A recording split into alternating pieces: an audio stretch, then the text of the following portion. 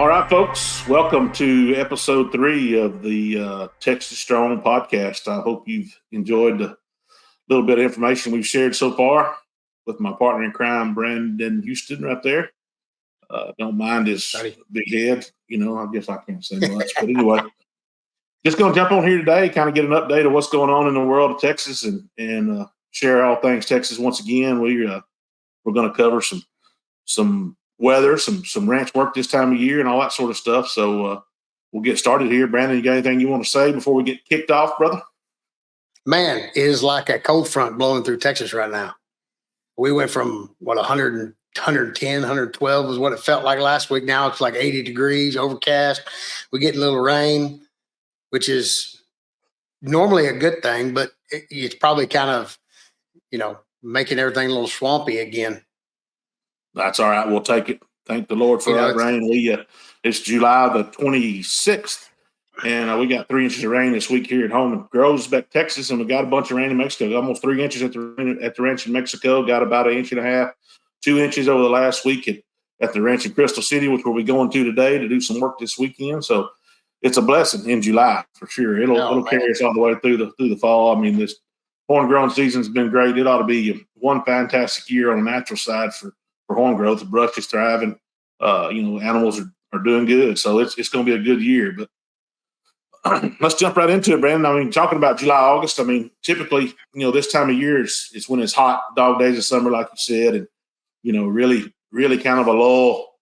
But it's also a time of year when it starts getting pretty exciting because the deer are starting to show up and you can see what they are and you can identify who they are, and it's about trail cam time to look at what we got. So we're excited about that. We're going to go stick a bunch of them out and go check it out. Brandon, what do you think this time of year typically brings for ranches? Well, I mean, as well as I do, normally this time of year is drier than a popcorn fart, but anytime you get any type of moisture on the ground right now, it's good, especially, on the whitetail side of things, getting these little bit of rains, making stuff grow, some new growth coming in. It's good for the antler development, especially at the stage that they're in right now. They're coming to the end. Some of them are lagged depending upon what part of the country you're in or what part of the state you're in. But, most of them have exceeded that 50 to 60%, developmental stage already. But, it's good for the bodies. It's good for the does. It's good for the antler development. It's good for the blood flow. And like I said, anytime it rains, and like you said, anytime it rains this time of year, it's a blessing. I was talking to Jeremy the other day, and him and Jason have gotten on that place out there in Breckenridge, and he said the last day they were out there working, they got just pelted on, and I said, man, you should have been outside stripping your clothes off, dancing, being happy with a smile on your face, and especially in that river bottom type of country, but which is kind of similar to your place out here in Groesbeck. It's just super, super green, and on the deer side of things, it's great. And I'm not going to speak much on the cattle. That's your world, but I'm sure that's just as good on the cattle side of things as well. Even better, actually. So it's wonderful. It's a dang sure been a blessing for sure. Yeah. Well, and it is, like you said, it's a good time to get cameras going. Even though we've had some moisture, even though it's cold, it's cooler outside. I don't want to say cold. It's not cold by any means, but it's cooler. But even putting cameras on water, that's a big thing, and starting to see some of these deer funneling back into these feed stations where there's cottonseed and there's protein, and even guys that run mineral sites around, don't need to in this part of the country very much, but that's one of the things we're about to focus on headed south is putting some more cottonseed bins together, getting those cameras rolling on those, watching those bachelor groups running through there, and start to see what we're going to produce for this coming season. Yeah, and another thing, we ought to have a heck of a fawn crop this year. I mean, we've had a lot of cover, a lot of fawn cover. The quail population ought to be thriving down there. I mean, we'll do our survey flight and stuff mid to end of September, depending on how green it is, and get a count on that. But it should be a phenomenal year for recruitment numbers and getting those numbers up with fawn crop, a heck of a fawn crop. And we're just excited. We've been on this ranch since 2016. That's the Star Ranch in Crystal City, and this year's should be. I mean, we've killed some deer that are 165, low 170s, but we are hoping we tilt the axis a little bit this year and really have some big deer show up. We should, but nonetheless, it's a great year all around for horns, for fawns, for everything. So it's a blessing there.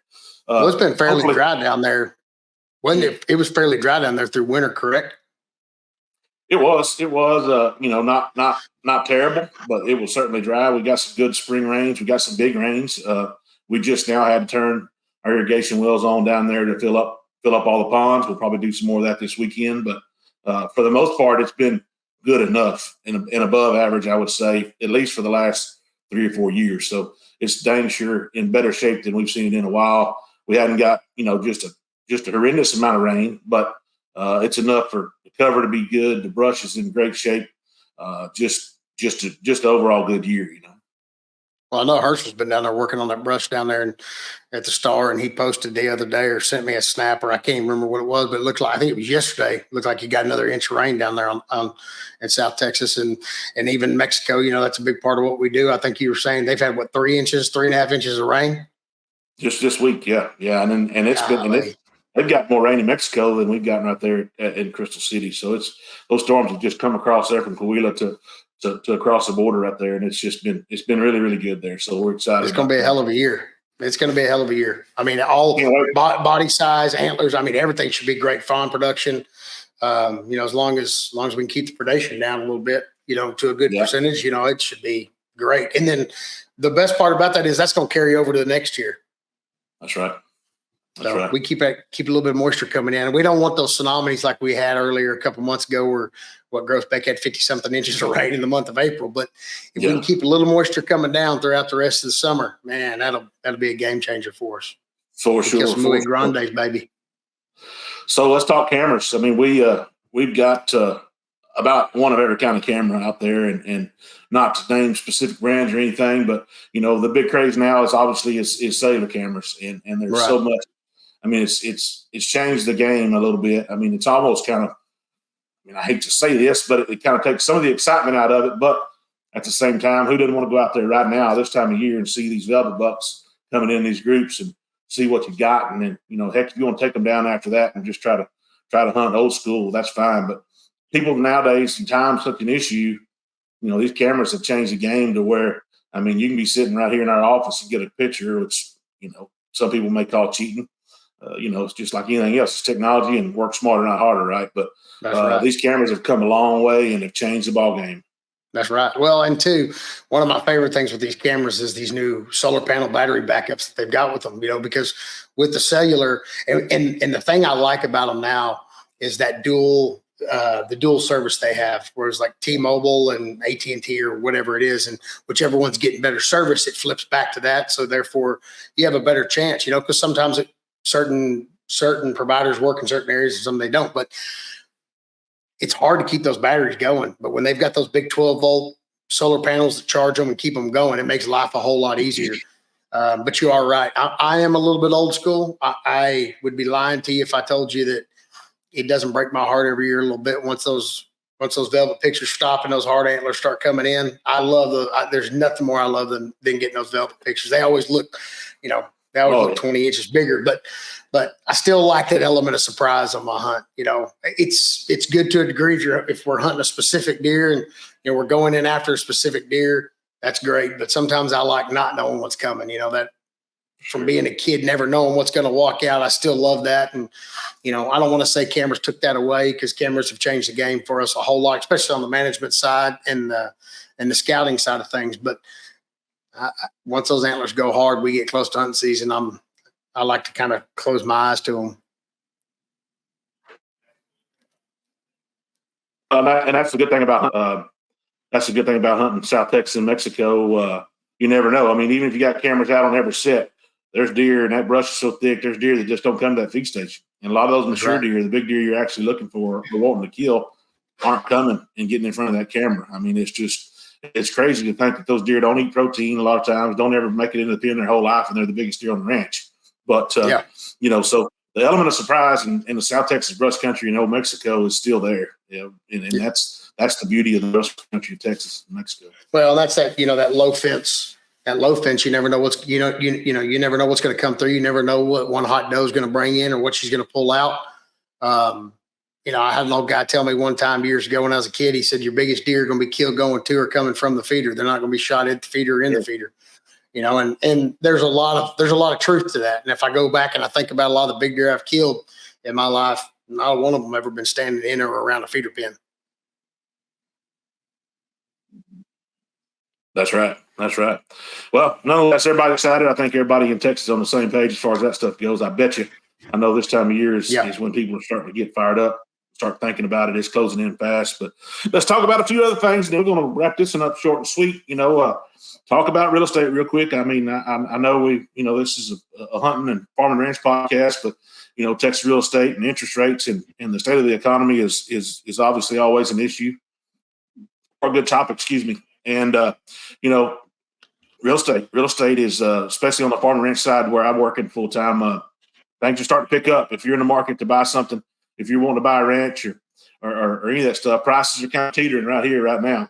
And I'm telling you, the interest rates are starting to drop a little bit, and prices are lower. Interest rates are higher. I understand all that. It's hard to stomach that. That being said, buy now when you can buy it at a cheaper rate. I wouldn't say it's cheap, but a lesser rate per acre. And then when those interest rates fall here at the end of this year and first quarter of next year, refinance it and rock and roll, because we're obviously in the middle of an election year.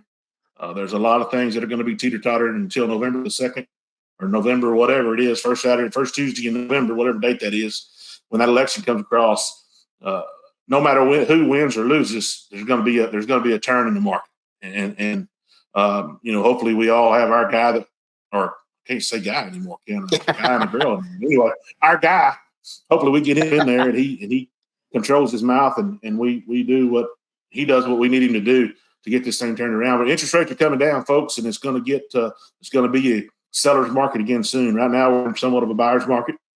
So if I were you and you were looking at buying a piece of property, I'd buy now, finance it, refinance later. Just date the rate. These Capital Farm credit guys tell me, all right, just date the rate. Don't worry about what it is today. You're not going to be married to it forever. They'll be, when interest rates go down, those guys will refinance. They're all in the business to keep customers happy, to make you successful in owning your dream ranch or home or whatever it is. But buy the darn place, let the rates fall, refinance. To be the best business decision you ever made in your life. So that's my 2 cents. All that stuff, Brandon.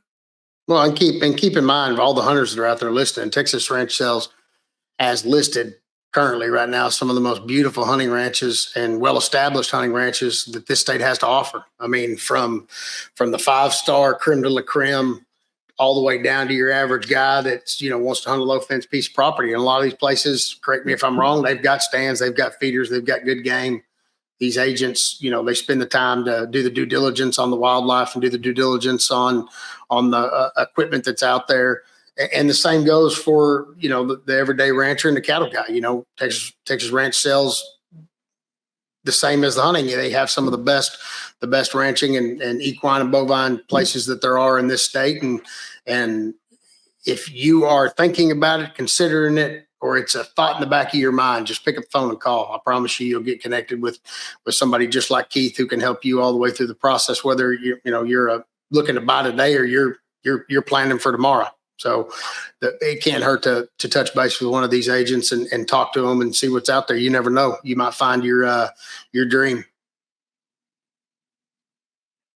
That's right. That's right. Enough of that business talk. Let's get back to hunting. It is July 26th. I had to look. It's time to crack out, start loading up the Mossberg shotguns in it, because dove season is right around the corner.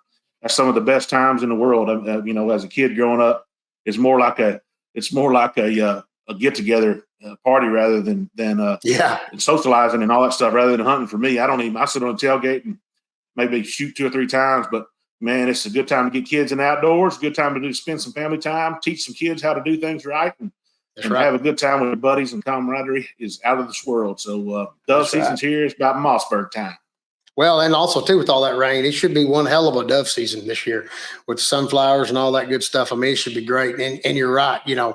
I'm not the biggest bird hunter there is, but I sure love sitting out there and congregating with everybody, because it's one of those things where you get lined up, sit on a tailgate, sit on the back of a side-by-side, have a cold beverage, watch the kids, watch the dogs. To me, that's one of my favorite things, watching the dogs work. I've always been in love with that. And, you're no stranger to the loving dogs, watching dogs work. So I know that, but I like to crack a few shots. You got the tour of the dog kennels today, didn't you? I did. And I watched them dogs. They're ready to go to work, baby. I can tell you that. put them to work this year. But man, I love cracking a few shots. I can promise you that dog may not work very much with me shooting, but by God, I'll have a good time, and we'll put them Mossbergs to work. And I will say, there may be a lot of shells on the ground, not a lot of dove on the ground, and it ain't got nothing to do with them Mossberg shotguns. Guilty. Yeah. But I like doing it. Like you said, it is a good time to spend time with family, especially anytime you can get days to go dove hunting like today. We're out there. It's like 80 something degrees, overcast. Shoot better. But even when it's 112, it's hotter than hell. But it's still a good time. You bet. So, let me ask you this. So, one more ranching question. All this grass, all this moisture we're getting, looking forward, what's it going to do? How well is that going to affect the cattle and the cattle business, for sales when it comes up, all that stuff comes about? I would imagine cattle guys out there across the country, especially in Texas, have got to have one hell of a smile on their face right now. Well, yeah, not to mention just the market in general is on fire. There's been a few ups and downs, but there's some things happening that are unheard of. As far as the rain and a lot of grass, there's definitely, most of it's a tremendous upside. Obviously, your cattle are going to be fat and sassy and in good shape. The downside to it, I guess, would be from a buyer's perspective on a yearling operation. One of the things when you take your calf to sell today, those things are going to be mud fat, titty fat, and then just fat and sassy. So naturally, they're going to do a lot of shrinking. They're going to go backwards for a little while. You tend to, when they're super fat, you need to probably discount them a little bit, and normally in a normal market they would, for a really big titty fat calf that's right off the cow, not weaned. So there's some hurdles for the buyers, for the yearling buyers to jump through. That's not necessarily a great big problem, but your cattle are going to go. Those calves are going to go backwards when you take them off the mama and sell them, and when they go to a preconditioning yard or wherever, there's going to be a little 10 to 21 day period there where we're going to have to iron them out, and they're going to have to get used to life without mama, and those that when they're fat like that, it certainly takes a little bit bigger toll on them, believe it or not. When they're hard and in good condition, they seem to adapt a little bit better. But that would probably be the only downside, because these cattle are fat, sassy, good looking. They're as good as they can be at this point in time, just because of the conditions. Calves are fat and sassy again. So yeah, for the seller, it's a booming market. They're getting, right off the cow, they're getting $1,500 to $1,750 for a dang calf that hadn't been weaned. It's just unheard of, and even more in a weaned calf situation. But I guess I'm rambling a little bit now, but anyway, that'd be the only the upside is way bigger than the downside. So it's unbelievable. If you got cattle, you're on cloud nine right now, no matter what. Awesome, good. Well, whether you're ranching or whether you're hunting, you should be happy right now. I know most of us hunters are foaming at the mouth. It's getting close. Whether you're a dove hunter or not, it's hard not to look at a calendar and realize that we're less than 3 months away from this bad boy kicking off and life getting good again. And you got football starting. You got hunting season starting. Ranching's good. Yes, weather's good. Texas is great, baby. What more could we ask for? And it's just wonderful. It's been a blessing year, no doubt about it. And hopefully it continues. And, at this point, we don't have much to complain about. That's right. Well, we're going to end it right there, because if we ain't got nothing to complain about, all is well. We're going to keep this one a little short. We got one tuned up for next week that I think everybody's going to really enjoy. And we got another one after that I think everybody's really going to enjoy. Hell, we got a whole plethora of stuff we're really going to enjoy. I promise you won't have to hear Keith and I rambling on too terribly much, but you may have to listen to us a little bit, by God. Every once in a while. We're just flying by the seat of our pants this week. Brandon's been down and out, and I've been tied up, so we're kind of running a little behind. Yeah, we're just playing a little catch up, and we're about to hit the road and head south and go get some work done. Go feed some deer and go check on some water and go check brush and see if we can't give old Herschel, the Hitman Hoover, a hard time and see how grumpy Grandpa is. You know what I mean? Yeah. So, sounds good, man. Well, viva Texas, Texas John. That's right, baby. That's right. We appreciate every one of y'all. Don't forget to follow us on all of our social media. The show is currently airing right now on Pursuit Channel. We've got some big things coming with that. We'll announce later on in the season. But don't forget to give us a like. Don't forget to give us a follow. If you're on Spotify, do us a huge favor and hit a 5-star review on us on the podcast, on the audio version as well. We appreciate every one of y'all. We love you. Adios. Peace out.